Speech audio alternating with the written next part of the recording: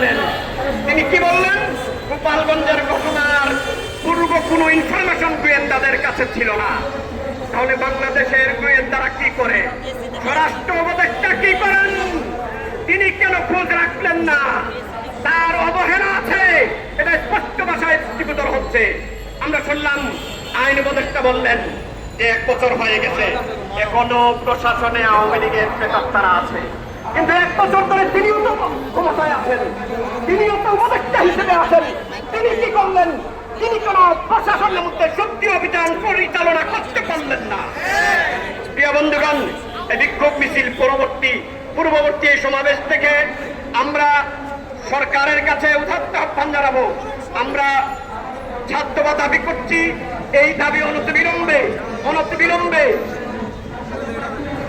বাস্তবায়ন করতে হবে।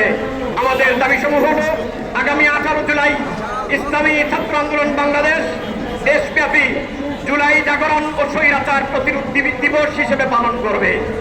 18 জুলাই সারা দেশে ইসলামী ছাত্র আন্দোলন বাংলাদেশ জুলাই জাগরণ স্বৈরাচার প্রতিরোধ দিবস হিসেবে দেশব্যাপী বিক্ষোভ মিছিল করবে।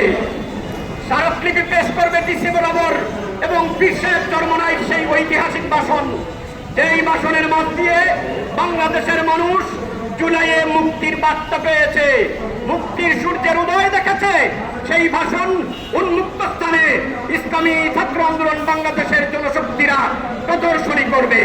এবং আমরা সেই সাথে দাবি জানাচ্ছি, 1 নম্বর, দেশব্যাপী চলমান সন্ত্রাসন ও চাঁদাবাজি প্রতিরোধে কার্যকর ব্যবস্থা গ্রহণ করতে হবে। ইতিপূর্বে সংঘটিত প্রতিটি ঘটনার সুষ্ঠু তদন্ত নিশ্চিত করে দোষীদের দৃষ্টান্তমূলক শাস্তির আওতায় নিয়ে আসতে হবে। 2 নম্বর, জুলাই গণঅভ্যুত্থানে নিহত শহীদ পরিবারগুলোর পুনর্বাসন এবং আহতদের যথাযথ চিকিৎসা নিশ্চিত করতে হবে। 3, জুলাই গণহত্যার বিচার দ্রুততম সময়ে দৃশ্যমান করতে হবে।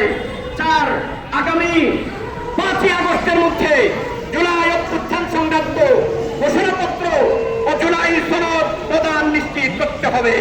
5, জাতীয় নির্বাচনের পূর্বে প্রয়োজনীয় রাষ্ট্র সংস্কার সম্পন্ন করতে হবে এবং সুশাসন ও জবাবদিহি নিশ্চিত করতে হবে। 6, জাতীয় সংসদ নির্বাচনকে সুষ্ঠু নিরপেক্ষ অংশগ্রহণমূলক করতে সংখ্যানুপাতিক পদ্ধতির নির্বাচন ব্যবস্থার প্রবর্তন করতে হবে। 7, জুলাই গণঅভ্যুত্থানের শহীদদের স্মরণে ও স্মৃতি সংরক্ষণে জেলার শহরের গুরুত্বপূর্ণ সড়ক অবকাঠামোর নাম জুলাই শহীদদের নামে নামকরণ করতে হবে। 8, আমরা দেখলাম জাতিসংঘ বাংলাদেশে মানবাধিকার কমিশন খোলার অনুমোদন পেয়েছে। এই অনুমোদন অনতিবিলম্বে বাতিল করতে হবে। আমরা দেখলাম ইসলামী আন্দোলন বাংলাদেশের কেন্দ্রীয় সদস্য, জাতীয় উলামা শাখা পরিষদের কেন্দ্রীয় সাধারণ সম্পাদক মুফতি রেজাউল করিম আবরারের নামে মিথ্যা মামলা দেওয়া হয়েছে। অনতিবিলম্বে এই মিথ্যা মামলা বাতিল করতে হবে। মানবাধিকার কমিশনের অফিস খোলার অনুমোদন বাতিল করা না হয় এবং মিথ্যা মামলা প্রত্যাহার করা না হয়, তাহলে বাংলাদেশের সাধারণ ছাত্র জনতা রাজপথে নেমে আসবে। আমরা এখন মিছিল করব, কথা এবং স্লোগান রাজপথেই হবে। আমরা রাজপথ ছাড়ব না ইনশাআল্লাহ। দৈনিক বাংলাদেশ মিডিয়া, সত্যের সন্ধানে সারাক্ষণ।